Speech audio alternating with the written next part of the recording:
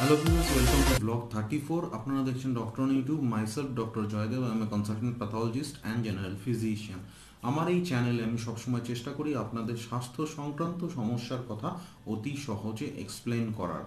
তো অনেকের মনেই বিভিন্ন রকম প্রশ্ন আছে ব্লাড ডোনেশন নিয়ে, অর্থাৎ ব্লাড ডোনেশনের কী কী ক্রাইটেরিয়া আছে, ডায়াবেটিস থাকলে ব্লাড ডোনেট করা যাবে কিনা, হাইপারটেনসিভ হলে ব্লাড ডোনেট করা যাবে কিনা, বা অন্য কোনো ক্রনিক সমস্যা যদি থাকে সেক্ষেত্রে ব্লাড ডোনেশন করা যাবে কিনা। তো আজকের ভিডিওতে এই ব্লাড ডোনেশনের বিভিন্ন ক্রাইটেরিয়া নিয়ে আমি কথা বলবো।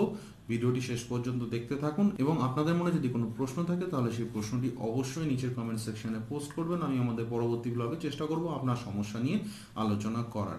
তো চলুন আজকের বিষয়ে আসা যাক। আজকের বিষয় হলো ব্লাড ডোনেশন। আপনারা সকলেই জানেন যে ব্লাড ডোনেশন কত গুরুত্বপূর্ণ একটি কাজ, কারণ ব্লাড হচ্ছে এমন একটি কম্পোনেন্ট আমাদের দেহের যেটা কিন্তু বাইরে তৈরি করা যায় না, অর্থাৎ ব্লাড ডোনেট করার মাধ্যমে কিন্তু আমরা একজনকে ব্লাড প্রোভাইড করতে পারি।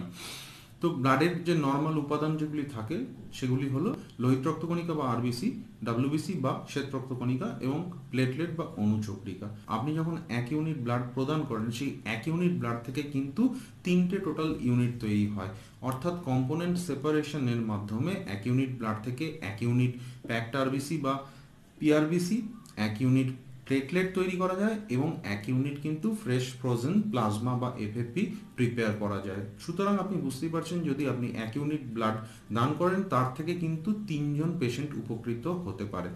তো এবার আমরা দেখব যে একজনের ব্লাড ডোনেশনের আগে তার কি কি ক্রাইটেরিয়া তাকে ফুলফিল করতে হবে ব্লাড ডোনেট করার জন্য। ব্লাড ডোনেশন ক্যাম্পে কিন্তু ব্লাড ডোনেট করার আগে সেই ডোনারের কিন্তু একটা স্ক্রিনিং করা হয়। স্ক্রিনিংয়ের মাধ্যমে দেখে নেওয়া হয় যে সেই ডোনার ব্লাড ডোনেশনের জন্য কতটা উপযুক্ত। তো কি কি ফ্যাক্টরস এখানে দেখা হয়, তো এখানে যে ফ্যাক্টরসগুলি দেখা হয় তার মধ্যে সবথেকে প্রধান যেটি সেটি হলো এজ বা বয়স।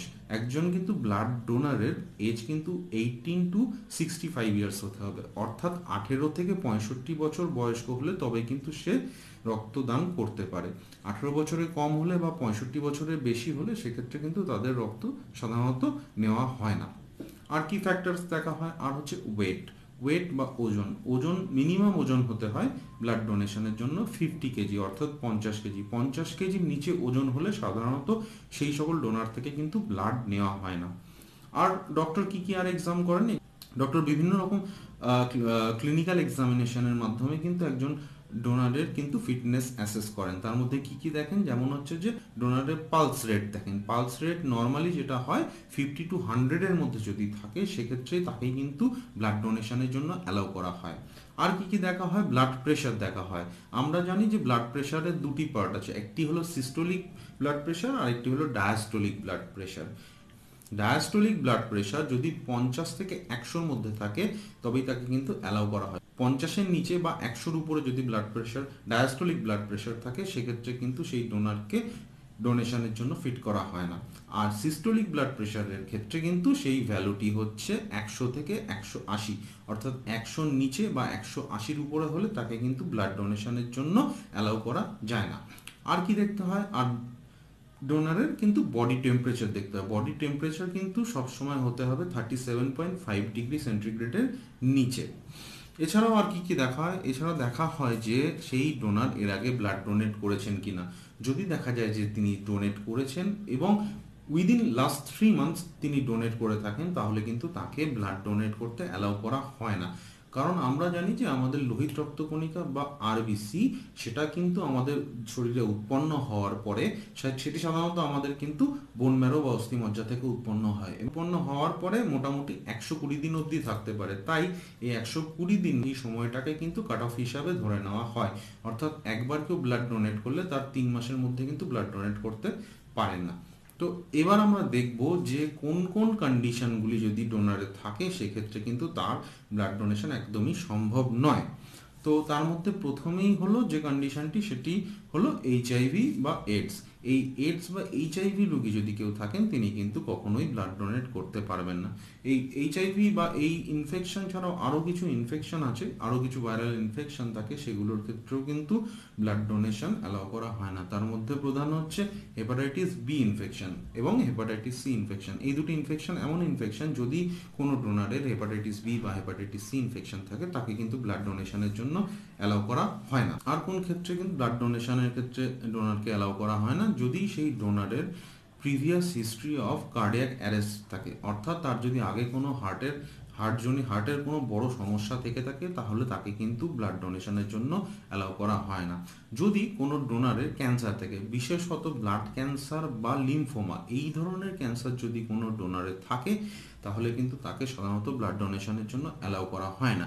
এই ক্যান্সারগুলি না থাকলে অন্য কোনো ম্যালিগনেন্সি থাকলে এবং যদি সেই ব্যক্তির হিমোগ্লোবিন লেভেল প্রপার থাকে, অর্থাৎ হিমোগ্লোবিন লেভেল 12.5 গ্রাম পার ডেসিলিটারের উপরে থাকে, তাহলে কিন্তু তাকে অ্যালাউ করা যেতে পারে। কিন্তু যদি সেই ব্যক্তির ব্লাড ক্যান্সার বা লিম্ফোমা এই জাতীয় কোনো ক্যান্সার থাকে, তাহলে কিন্তু তাকে একদমই অ্যালাউ করা যায় না। যে সমস্ত ব্যক্তির খিঁচুনি বা এপিলেপসি এই জাতীয় কোনো সমস্যা থাকে বা এই জাতীয় সমস্যার জন্য কোনো মেডিকেশন তারা নেন, তাদের কিন্তু সাধারণত ব্লাড ডোনেট করতে অ্যালাউ করা যায় না। কারণ অনেক ক্ষেত্রেই দেখা গেছে যে সেই সকল ব্যক্তিকে যদি অ্যালাউ করা হয় ব্লাড ডোনেশনের সময় বা ব্লাড ডোনেশনের পরে, কিন্তু তাদের খিঁচুনি বা কনভালশন কিন্তু শুরু হয়ে যেতে পারে। সেই জন্য সেই সমস্ত ব্যক্তিকে সাধারণত ব্লাড ডোনেশনের জন্য অ্যালাউ করা হয় না। এছাড়া আর কোন ক্ষেত্রে হয় না? এছাড়া যদি কোনো ব্যক্তি 6 মাসের মধ্যে অ্যান্টিরেবিস ভ্যাকসিন, অর্থাৎ কোনো জীবজন্তু যেমন হচ্ছে কুকুর বা বিড়াল কামড়ালে যে ইনজেকশন সাধারণত নেওয়া হয়, সেই এআরভি বা অ্যান্টিরেবিস ভ্যাকসিন যদি তিনি 6 মাসের মধ্যে নিয়ে থাকেন, তাকে কিন্তু ব্লাড ডোনেশনের জন্য অ্যালাউ করা হয় না। শেষ 24 ঘন্টার মধ্যে, অর্থাৎ লাস্ট 24 আওয়ার্সের মধ্যে যদি তিনি অ্যালকোহল ইনটেক করে থাকেন, তাকেও কিন্তু সাধারণত ব্লাড ডোনেট করতে দেওয়া হয় না। কারণ সেই ব্যক্তি যিনি লাস্ট 24 ঘন্টার মধ্যে অ্যালকোহল নিয়েছেন, তার কিন্তু ব্লাডে অ্যালকোহল কিন্তু বেশি থাকে। তো সেক্ষেত্রে সেই ব্লাড যদি নেওয়া হয় এবং সেই ব্লাড যদি কোনো পেশেন্টকে দেওয়া হয়, যেহেতু সেই রক্তে অ্যালকোহলের অ্যামাউন্ট বেশি থাকছে, তো সেই পেশেন্টের কিন্তু বিভিন্ন রকম সমস্যা হতে পারে। সেই জন্য সেই সমস্ত ব্যক্তির থেকে সাধারণত ব্লাড নেওয়া হয় না। কোনো মহিলা যদি তিনি প্রেগনেন্ট হন অথবা ব্রেস্ট ফিড করান তার সন্তানকে, তাদের ক্ষেত্রে কিন্তু তার ব্লাড ডোনেশনের জন্য অ্যালাউ করা হয় না। কোনো ব্যক্তি যদি 1 বছরের মধ্যে কোনো বড় সার্জারি হয়ে থাকে, তাকেও কিন্তু ব্লাড ডোনেশনের জন্য ফিট করা হয় না। কারণ আমরা জানি কোনো বড় সার্জারি হলে সাধারণত কিন্তু তার শরীর থেকে অনেকটাই রক্ত বেরিয়ে যায়। তো সেই রক্তটা তার শরীরে তৈরি হতে এবং তার অন্যান্য শারীরবৃত্তীয় প্রক্রিয়া নর্মাল হতে কিন্তু টাইম লাগে। সেজন্য কোনো বড় সার্জারির পরে সাধারণত 1 বছর ব্লাড ডোনেট করা যায় না। এছাড়াও অ্যাবর্শন যদি কারোর হয়ে থাকে, অ্যাবর্শনের পরে কিন্তু 6 মাস অবধি ব্লাড ডোনেট করা যায় না। কোনো ব্যক্তির যদি অ্যাজমার সমস্যা থাকে, অর্থাৎ শ্বাসকষ্টজনিত কোনো সমস্যা থাকে সাধারণত, এবং তারা যদি মেডিকেশনের মধ্যে থাকেন, তো সেক্ষেত্রে কিন্তু তাদের কিন্তু ব্লাড ডোনেট করা উচিত নয়। কারণ কি, অনেক ক্ষেত্রেই দেখা গেছে যে তারা যখন ব্লাড ডোনেট করেন, ব্লাড ডোনেশনের সময় বা ব্লাড ডোনেশনের পরে কিন্তু তাদের অ্যাজমার অ্যাটাক হঠাৎ করে চলে আসে। তো সেক্ষেত্রে ম্যানেজ করা খুব কঠিন হয়। সাধারণত এই সমস্ত ব্যক্তিদের কিন্তু ব্লাড ডোনেট না করাই উচিত। আর কোন ক্ষেত্রে ব্লাড ডোনেশনের সমস্যা হয়? আর বিভিন্ন ক্ষেত্রে কিন্তু সমস্যা হতে পারে। তার মধ্যে কিছু ইনফেকশন, যেমন তার মধ্যে একটি খুব কমন ইনফেকশন, সেটা হলো টিউবারক্লোসিস বা টিবি। এই টিবির ইনফেকশন যাদের থাকে, তাদের কিন্তু আইডিয়ালি ব্লাড ডোনেট না করাই উচিত। তো আজকের ভিডিওতে আমরা জানলাম যে ব্লাড ডোনেট করার আগে একজন ডোনারের কি কি ক্রাইটেরিয়া ফুলফিল করা উচিত, অর্থাৎ যে সমস্ত ক্রাইটেরিয়া ফুলফিল করলে একমাত্র তাকে ব্লাড ডোনেট করার জন্য অ্যালাউ করা যায়, আর কোন কোন ক্ষেত্রে ব্লাড ডোনেশন একদমই করা যাবে না, সেই কন্ডিশনগুলোও আমরা জানলাম।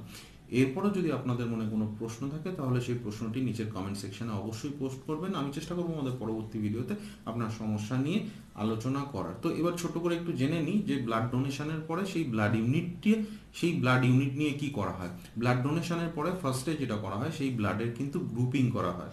এই গ্রুপিং যেটা করা হয় দুভাবে করা হয়, একটা হচ্ছে ফরওয়ার্ড গ্রুপিং আর একটা হলো রিভার্স গ্রুপিং।